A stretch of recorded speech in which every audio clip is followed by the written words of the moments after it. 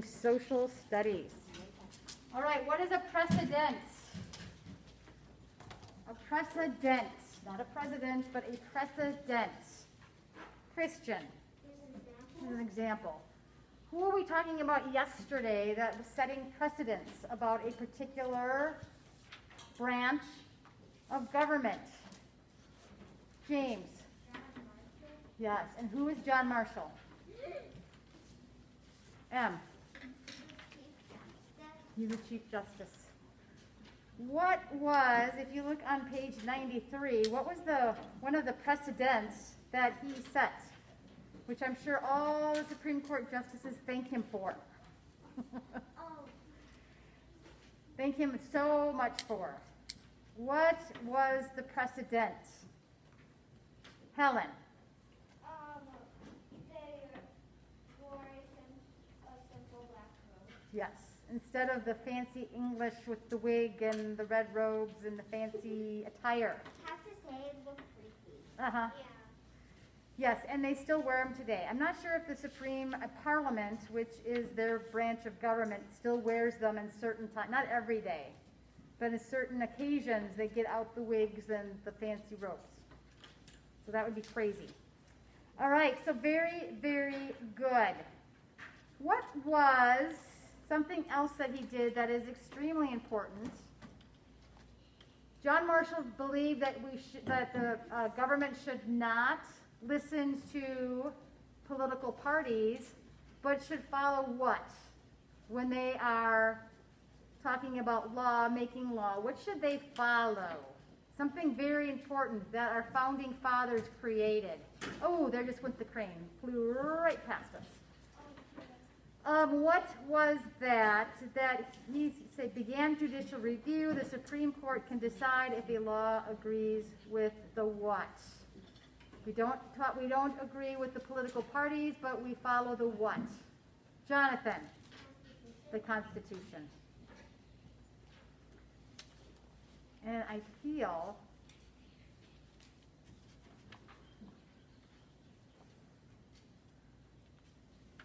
I was not. Why is it suddenly all silent? It's very quiet. Everyone, I think, is falling asleep. I'm Jenna. So, what was the Constitution, friends? What is the Constitution? We need to really know this. What is the Constitution? Cole. It's kind of like a list of laws. Yes. Who created the laws? Who created the Constitution? Emmy. Our founding fathers. Is it still something that we follow today, or did it just disappear through time? Is it something still pertinent in our government today? Grant. Yes, it is. Which is amazing because it was ratified in 1700s. So it has stayed the test of time, which is amazing. And did it pass easily? Why are we talking about this? Because I want you all to remember what is the Constitution. Did our founding fathers always agree when they were trying to ratify it? No, not at all. Does our government always agree today with one another? No. And that is what our founding fathers, why they wrote the Constitution, why they did the different branches of government, because they knew it was going to be impossible for everyone to agree. So that is why they made the Constitution, the Bill of Rights, and those Bill of Rights and the Constitution stands strong today. So, democracy, page 95. Let us look at that in your textbook. And then while you're at it, you might as well turn to page 53 in your manual. Ooh, why is there a house? Well, let's find out. What is a democracy? Jeremiah.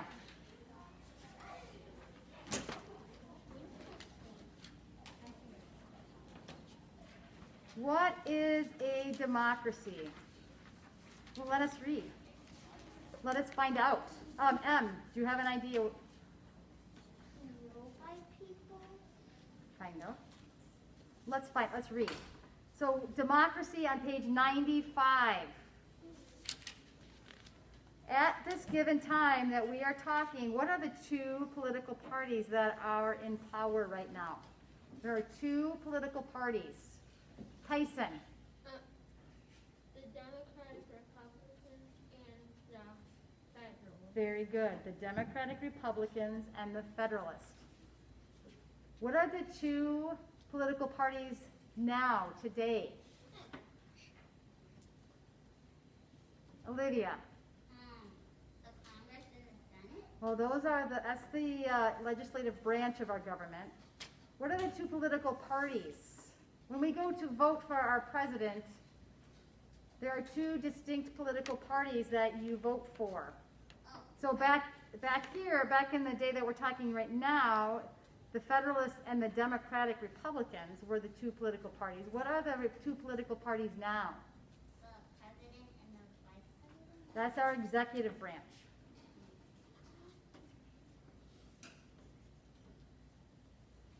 Emmy.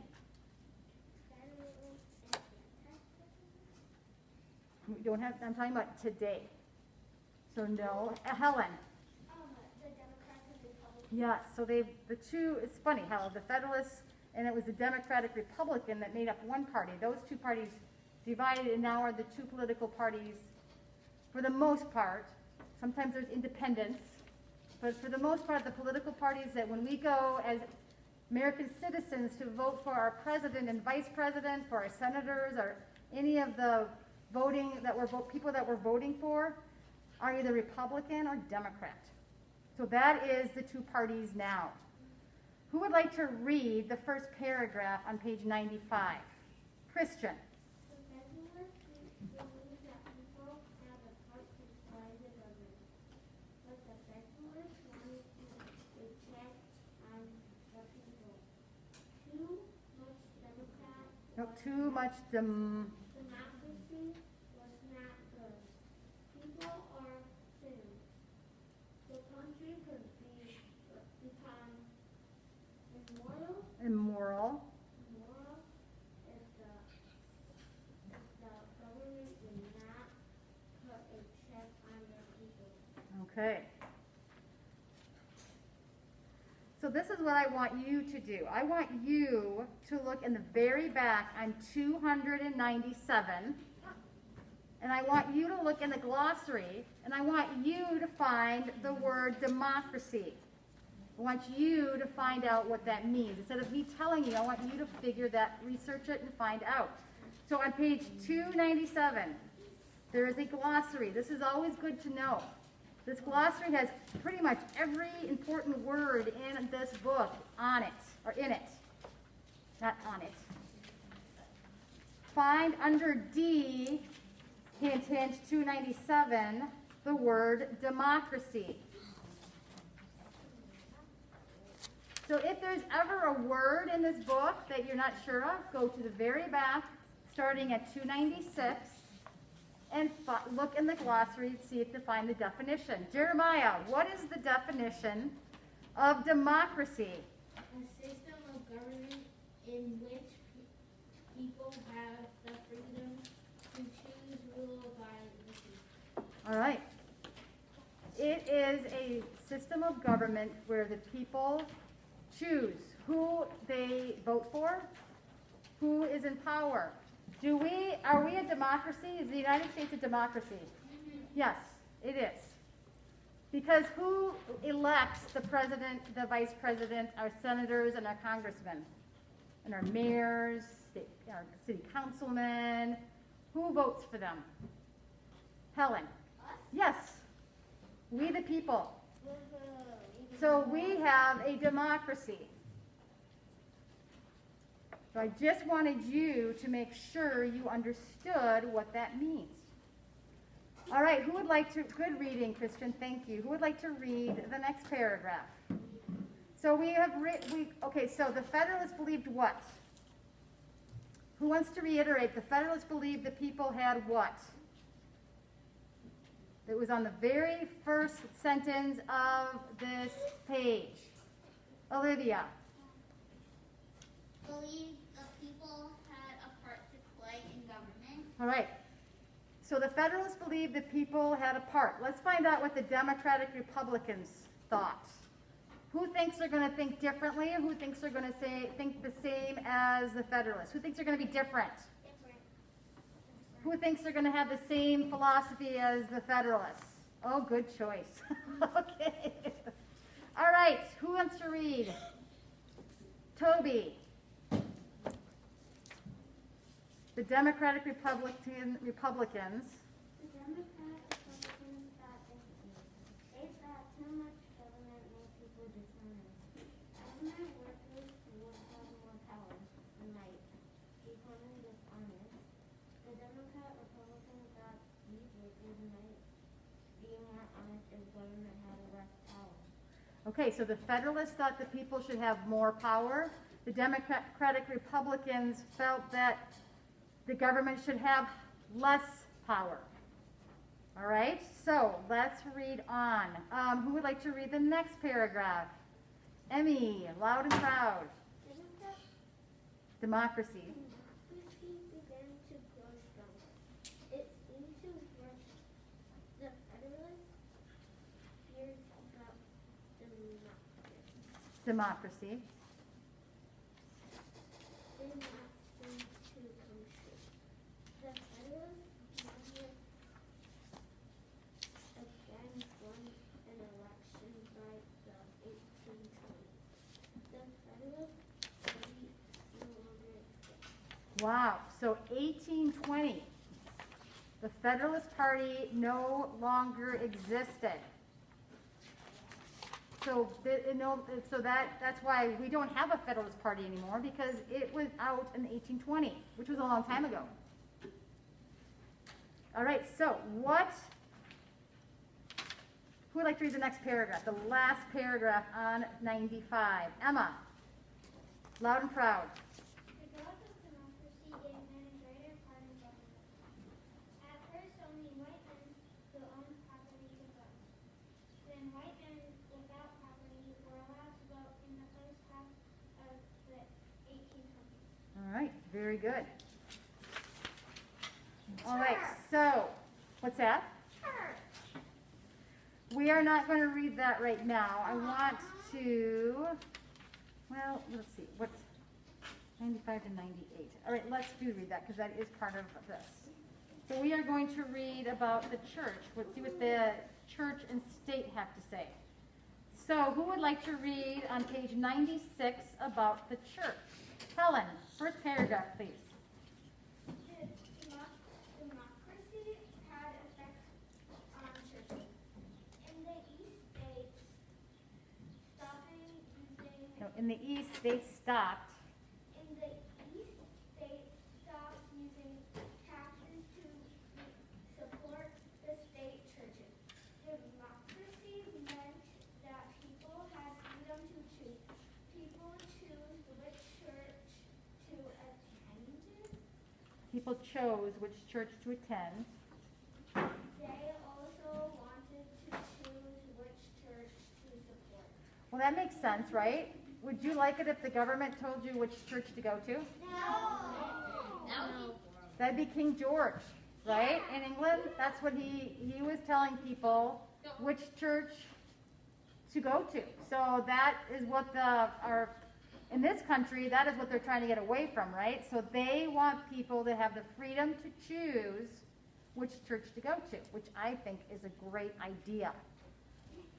All right, who would like to read Cole? Would you read the last chapter under church?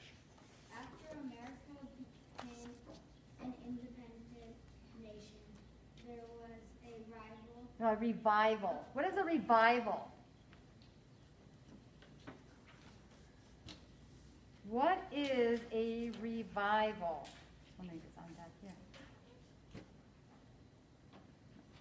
Revival is a resurgence of interest. So when you have whether we're talking about church, a revival in the church would mean that people were becoming more interested in going to church. The people were going and believing in God more. Do you think that is a good idea? Yes. It's a very good idea. So revival, friends, is a resurgence or interest in something. In this case, it's the church. All right? So Cole, continue. During that time, many people came to know Christ. Some men who were newly saved wanted to become pastors. They often thought they did not need to go to school. They believed that any man who knew God and the gospel could preach. Without training, many of these men traveled in the West. They started churches and held Revival. meetings. The preachers helped the growth of Christianity in the United States. All right. So there we go. That is a very positive thing, isn't it? M. I found the revival definition on 300. On 300? Is there even a page name? Page 300? Oh, yeah, 300.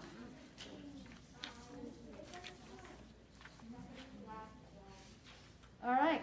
So what does that mean, Miss M? A time when God works and many people come to know Him. That's right. Very good. So that worked well. Em just looked up in the glossary to find the actual definition. So basically a revival is what? God or the Holy Spirit is working and people are becoming interested. In this case, what direction? Let's look on our map. The preachers were moving west. What does that mean? Which direction is west on our map?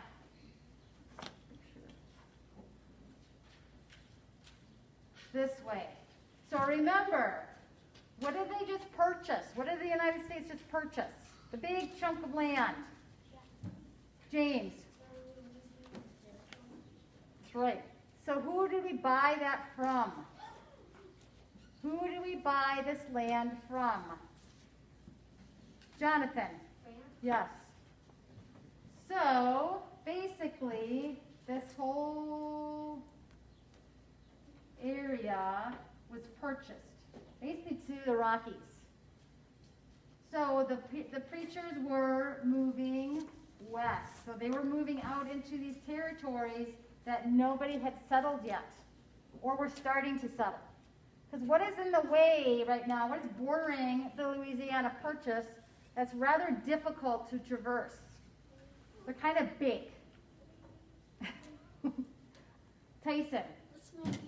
The Rocky Mountains, yes. They're kind of big and difficult to get beyond. So you have to, basically now, you have to go over the Rocky Mountains to get to these territories of Montana, Wyoming, Colorado, New Mexico, parts of Texas. But those 4 states right there, Idaho, Utah, have a lot of mountains. So the Louisiana Purchase is now moving more west, which means this part of the country all needs to be settled yet. Phew, Wisconsin is finally. For the most part, yes. So the cows are happy. So there we go. I want you to visualize when they say they are moving west, what area that means. So the Louisiana Purchase and west from that is what they're talking about, okay? The parts of the country that has not been settled greatly yet, which is hard to believe, isn't it? Yes. All right. So we are now going to talk about community. Another result of democracy was voluntary societies. A voluntary society is a group of people who try to solve problems. Voluntary, yeah. These people worked without pay. So if you volunteer, has anyone ever volunteered somewhere? Does anybody know what that means? What does it mean to volunteer? Olivia. It means to when that person is not there, you would do that person's job, or when that person comes back. Kinda. That could be part of it. If you volunteer somewhere, are you doing it for pay? No. When you volunteer somewhere, that means you're doing it for free. You're giving your time for free. Can someone give me an example of what that might look like? Cole. Like if there's this animal helping place, you could volunteer to get the animals food or Yes. help build the exhibit. Beautiful. So you can volunteer at a animal shelter. You can volunteer at different organizations like that. You can and help with the animals. That is very good. What is another option for volunteering? Very good, Cole. Christian. If somebody's not at soccer, they're sick, you can go if a parent if another kid wants to go say I can be that player, I can try to be that player spot. You're merging into substituting. Substituting would be more of that. When you're substituting for somebody's position, if somebody's sick, and the word substitute means you're filling in for that person until that person comes back. So a little different, but similar. Okay, a little different. Helen.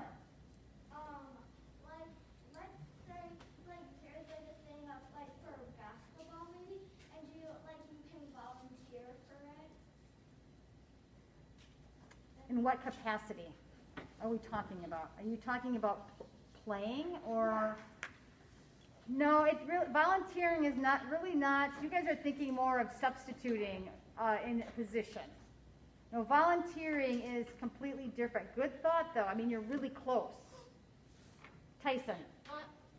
When a thing needs more people, they would ask for people to volunteer, so it could happen. Yep. So let's say that there's going to be a big, here's an example that I could think of that happens in Madison quite a bit. Who has ever heard of the Iron Man competition?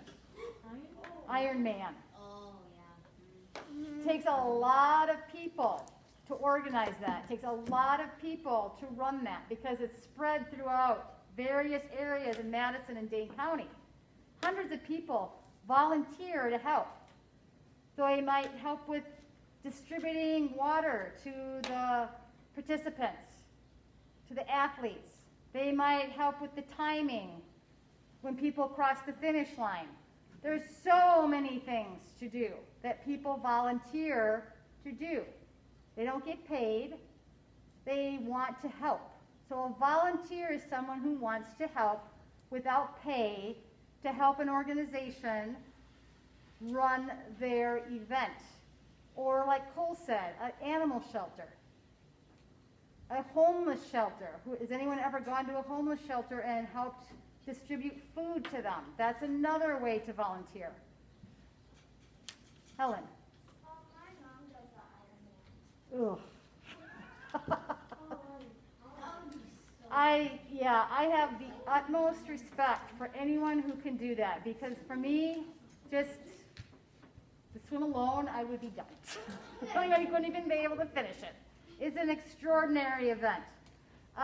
Luke. If your church needs help with something, you can volunteer to do it. Absolutely. If your church needs help, let's say your church needs help taking care of the little kids when the parents are up in church. You can volunteer your time to help with the kids in the children's ministry. Go ahead. So there's lots of, Jonathan, did you have something you wanted to add? If there's a big event happening, you can volunteer to prepare for the big event. Absolutely. So when you picture a huge event, there's a lot that goes into it. I mean, months, if not years of preparation. So it requires a huge, massive amount of people to help something work like that.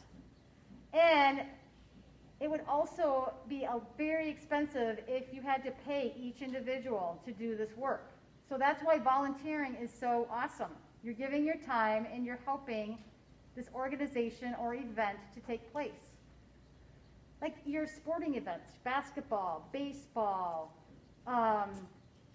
football, whatever sport you play, there are always people selling food, right? What's the word I'm looking for? Starts with C. They sell food. That's all volunteer for the most part. They are volunteering their time to sell the goodies for people to eat. So that's all volunteering. All right, so let us finish. These people worked without pay. Some voluntary committees helped the poor or helped to improve prisons. Many voluntary societies were against slavery. Some made tracts or papers that told of God's love. There were also voluntary societies who helped missionaries. These missionaries went around the world. What is a missionary again, friends? Tyson. A person that goes around, even if it's dangerous, and spreads the word of God. Very good. That is right. That is right. How could one help a missionary? If you knew of a missionary, what is a way you could help them? M. By praying for them. Praying for them. That's huge. Cole. Like, to help them, like, get their stuff, give them food for the journey. Yes. Give them supplies. Yes, absolutely. Christian. Tell other people about God. Yes.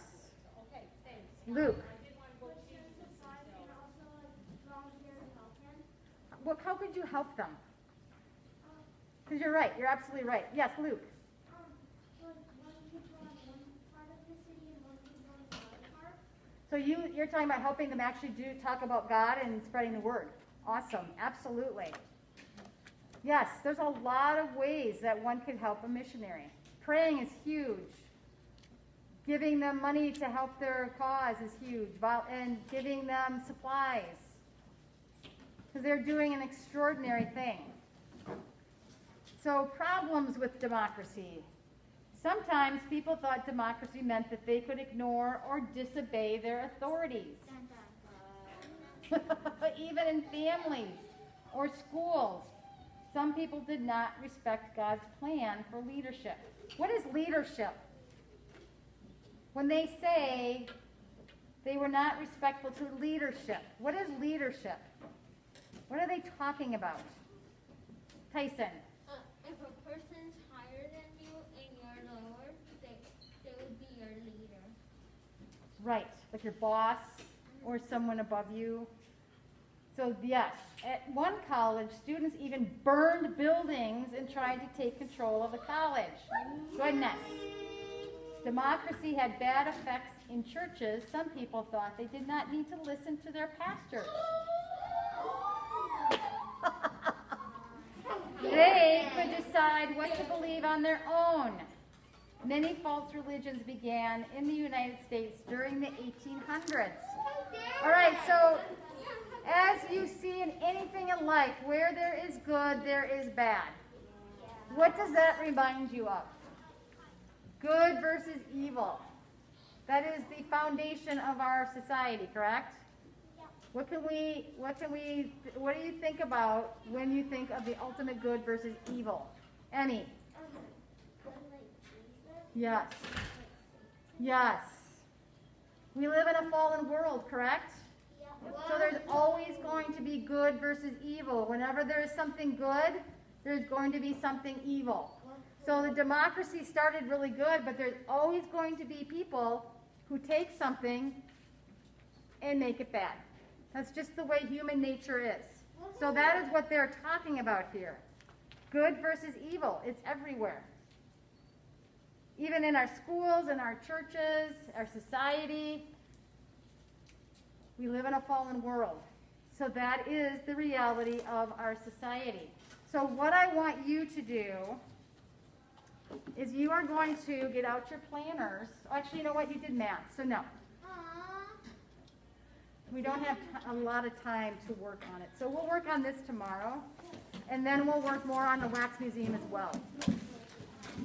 Does everybody have their math homework in their planners? Yes! Okay, because I have it written down on a piece of paper if you do not.